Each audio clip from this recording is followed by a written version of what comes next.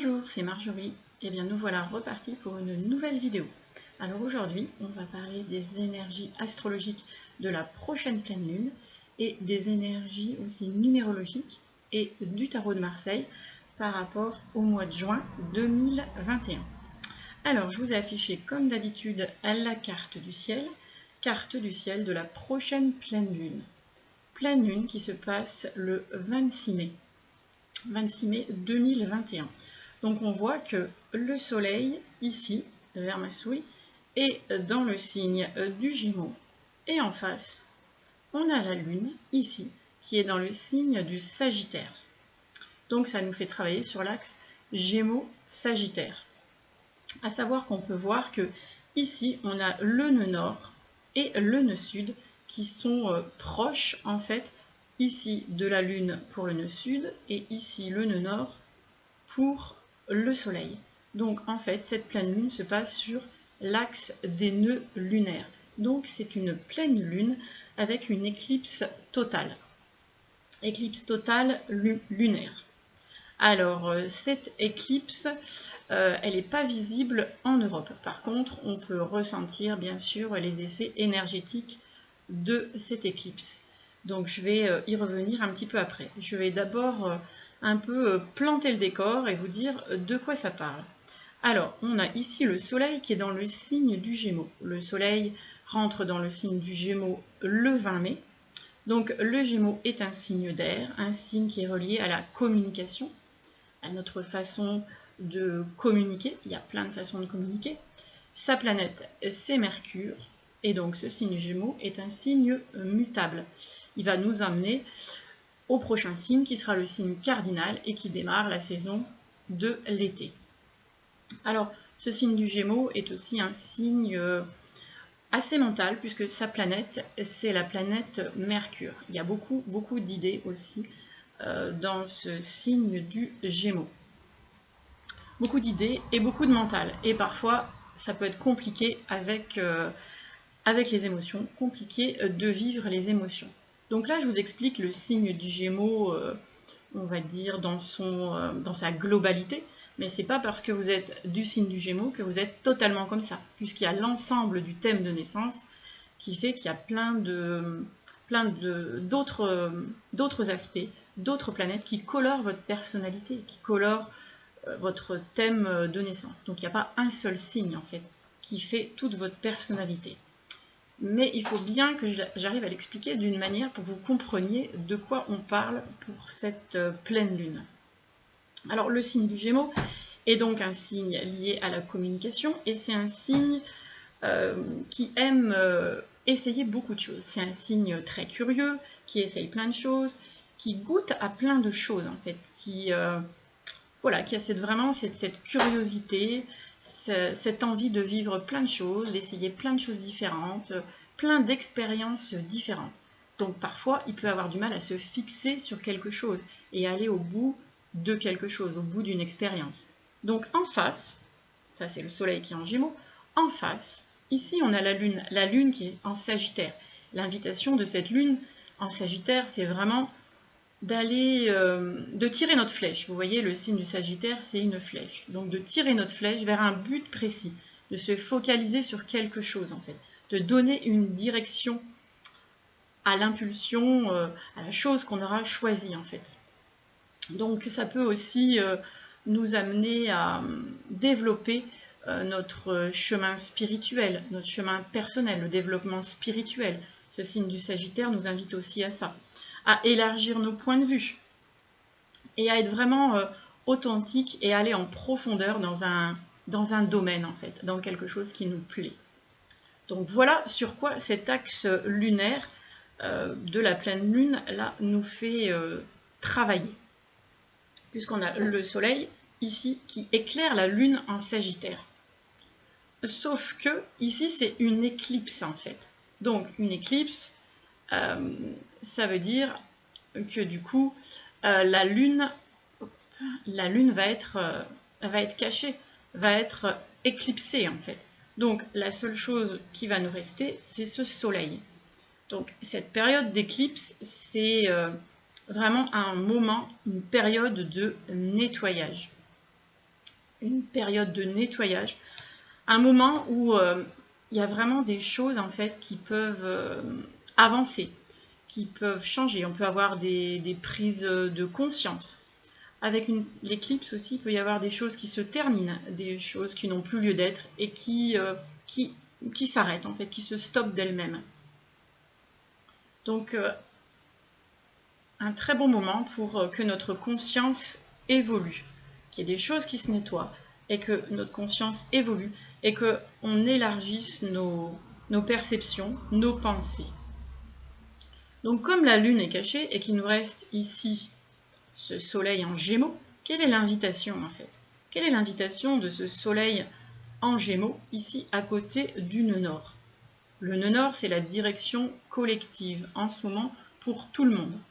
Donc moi, mon point de vue en tout cas, c'est vraiment cette invitation à la légèreté. Prendre les choses d'une façon beaucoup plus légère en fait. Être moins dans le mental, dans les pensées qui tournent, puisque le Gémeaux est un signe très mental, mais du coup être un peu plus léger dans ses pensées.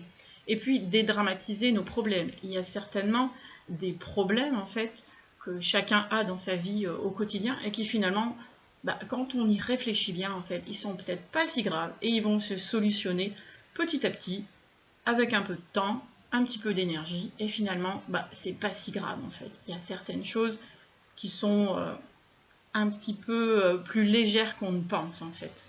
Donc je vous invite à regarder quel problème, sur quoi vous mettrez votre attention, sur quoi votre mental met l'attention, et du coup à vous poser la question et à vous dire mais est-ce que vraiment c'est si important en fait? Est-ce que vraiment c'est si grave que ça en fait? Toute l'importance que j'y mets dessus. Voilà. Et du coup ça peut nous permettre de nous connecter à notre joie. La joie profonde en fait. Et du coup, qu'est-ce qui nous met en joie? Voilà. Se poser cette question. Qu'est-ce qui vraiment nous fait plaisir, nous met en joie? Le signe du Gémeaux est un signe joyeux puisqu'il aime découvrir plein de choses, un signe curieux. Et du coup, il regarde qu'est-ce qui l'anime, qu'est-ce qui lui fait plaisir en fait. Donc voilà pour moi cette interprétation de cette pleine lune avec une éclipse totale lunaire. L'interprétation énergétique. Alors, d'autre part, on peut voir du coup que le Soleil reçoit des aspects. Alors je vais vous parler de certains aspects. Ici, le Soleil est relié par un trait rouge, un aspect de tension à Jupiter.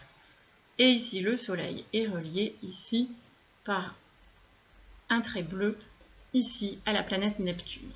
Donc, qu'est-ce que ça veut dire? Voilà, qu'est-ce que ça veut dire ce que je viens de vous dire? Ça peut être compliqué.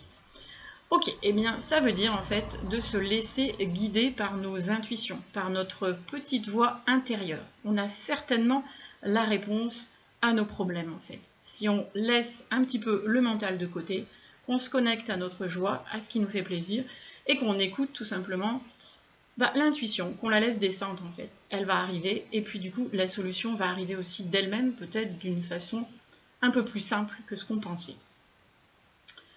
Alors, ça pose aussi, avec Jupiter, cette question des limites et des excès. Alors, pendant cette période, je vous invite à réfléchir, en fait, si vous allez signer des papiers, quels engagements vous allez prendre. Voilà, je vous invite à bien relire vos papiers, à être attentif à ce à quoi vous vous engagez, en fait, parce qu'il peut y avoir, peut-être de la précipitation.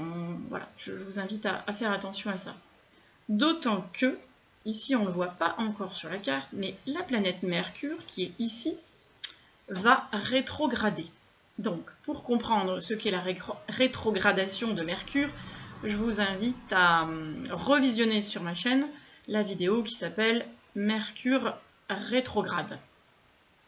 Je mettrai le lien aussi dessous cette vidéo.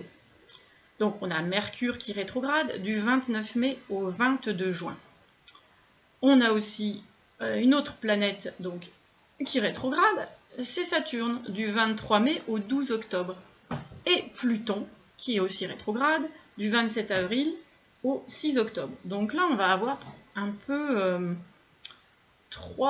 pendant, on va dire, ouais, pendant un bon mois, là, 3 planètes là, qui vont être rétrogrades. Donc la rétrogradation, c'est pas forcément un moment d'action, c'est plutôt un moment où on prend du recul, où on ralentit et on réfléchit un petit peu. Alors je vais détailler un petit peu chaque planète. Pluton, qui est rétrograde jusqu'au 6 octobre, en Capricorne. Donc Pluton peut amener certaines peurs qui remontent, une anxiété, voilà, des choses comme ça qui reviennent à la surface, des choses à aller nettoyer, regarder par rapport aux peurs et à l'anxiété. Des choses qui peuvent être assez profondes avec Pluton. Voilà, ça peut nous demander de nettoyer des choses qui sont très profondes, très intimes. Alors, Saturne, qui est rétrograde, donc dans le signe du Verseau, pour moi, Saturne qui est rétrograde en Verseau, ça nous invite vraiment à l'intériorité, à nous questionner sur nos priorités. Quelles sont les priorités dans cette société? Qu'est-ce qui est important pour nous? Et aussi, quel rôle on a dans cette société? Quelle responsabilité on prend dans la société? Voilà, donc le travail de Saturne, pour moi, en fait, pendant cette rétrogradation. Il nous questionne sur notre rôle, le rôle qu'on a envie d'avoir dans cette société. Quelle responsabilité on veut prendre, on veut avoir dans cette société qui est en train de changer, de se construire d'une autre manière, en fait. Chacun a une part de responsabilité. Un petit pion, en fait. On est comme un petit pion, et du coup, c'est pas un petit pion, mais une petite pièce, en fait, du puzzle. Et du coup, chacun est important dans le puzzle, en fait. Et chacun a son rôle à jouer et sa place à prendre. Donc, quelle place on a dans cette société? Ensuite, donc, je vous parlais de Mercure, là, qui rétrograde. Donc, Mercure, bien sûr, on peut se dire, oui, ça va être peut-être des retards dans les transports, ça peut être des courriers qui sont retardés, des mails qui n'arrivent pas, ce genre de choses. Bon, ok. Quand on a posé ça, on peut le regarder d'une autre manière. Mercure rétrograde dans le signe du Gémeaux. Le Gémeaux est vraiment en lien avec la communication. Donc effectivement, la communication, ça parle de tous les moyens de communication, mais ça parle aussi, pour moi, selon moi, de notre façon de nous exprimer, notre façon de parler.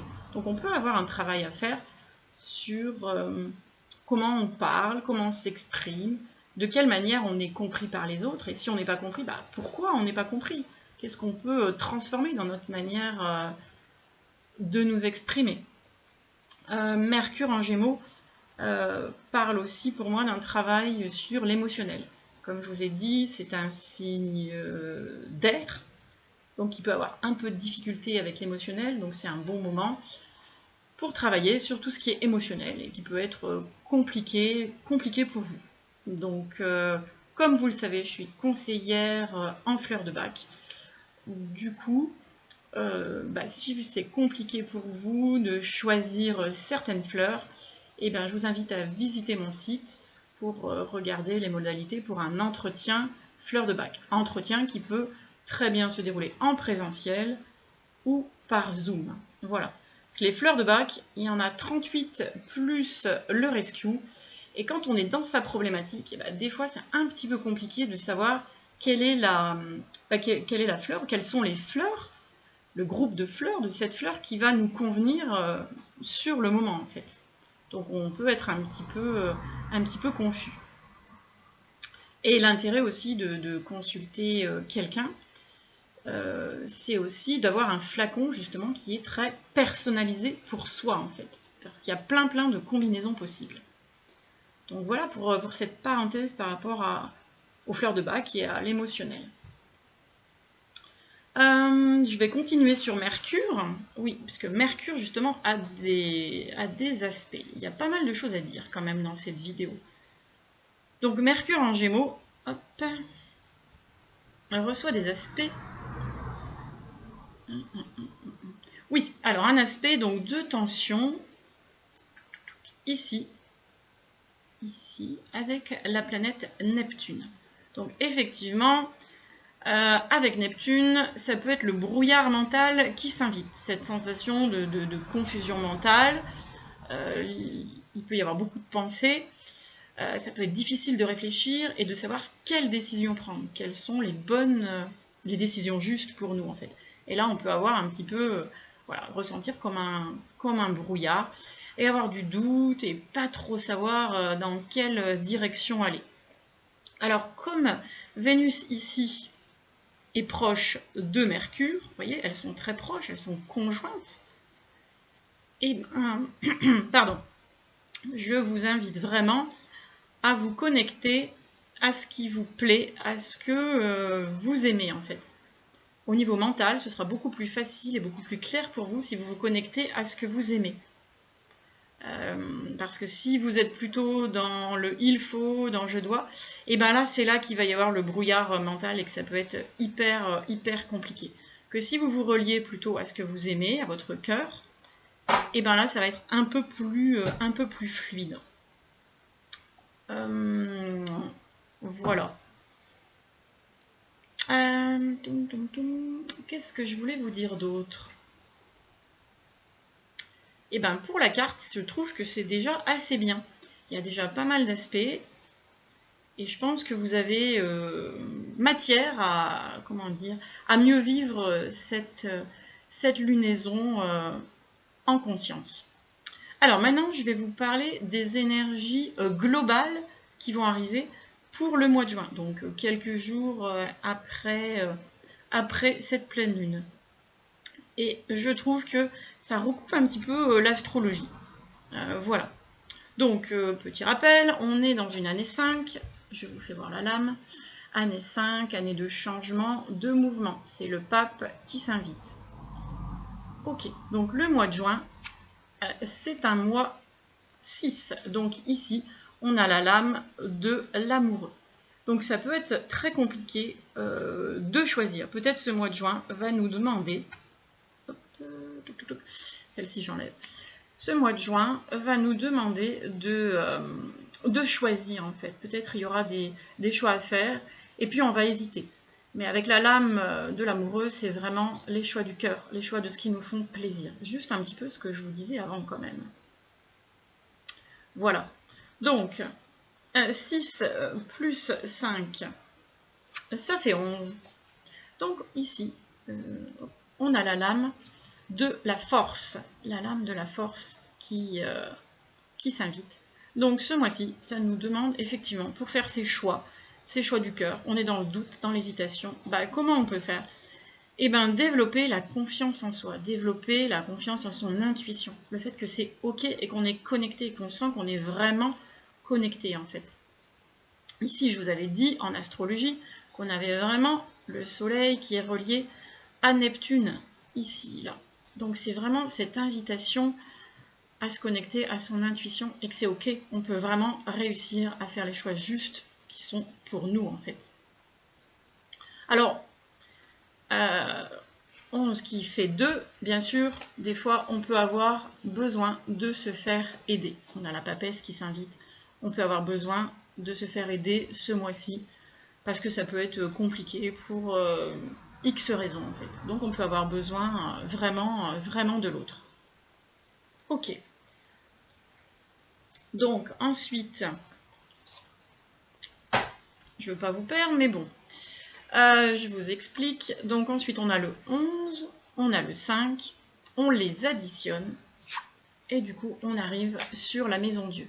Donc ça peut être un mois où il peut y avoir des choses inattendues qui arrivent, des surprises, des bouleversements ou des grosses prises de conscience. Donc c'est très intéressant puisque, qu'est-ce que je vous ai dit juste avant? On a l'éclipse de lune qui est une période de prise de conscience, de nettoyage. Donc c'est vraiment relié avec l'éclipse. La période des éclipses, puisque derrière, nous aurons encore une autre éclipse. On en reparlera dans la prochaine vidéo. Et ensuite, derrière le 16, on a la lame 7, la lame du chariot, qui nous reparle de nous connecter à notre intuition et d'aller vraiment dans le lâcher-prise et de laisser faire les choses. Donc je trouve que ces énergies numérologiques et du tarot de Marseille, je trouve qu'elles collent vraiment avec ces énergies de la pleine lune. Eh bien, je vais m'arrêter là. Je vois que le temps a tourné. Voilà, je vous remercie pour votre écoute. Je vous souhaite donc une très très belle pleine lune. Je vous retrouve dans 15 jours à peu près pour la prochaine vidéo. Prenez soin de vous, vivez voilà, vraiment en conscience cette éclipse. Si vous aimez cette vidéo, je vous invite à mettre un commentaire dessous, ça me fait toujours très plaisir, et puis à mettre un pouce bleu sous la vidéo et à vous abonner à ma chaîne, à notre chaîne, si ce n'est pas déjà fait, et à partager. Merci beaucoup, à bientôt.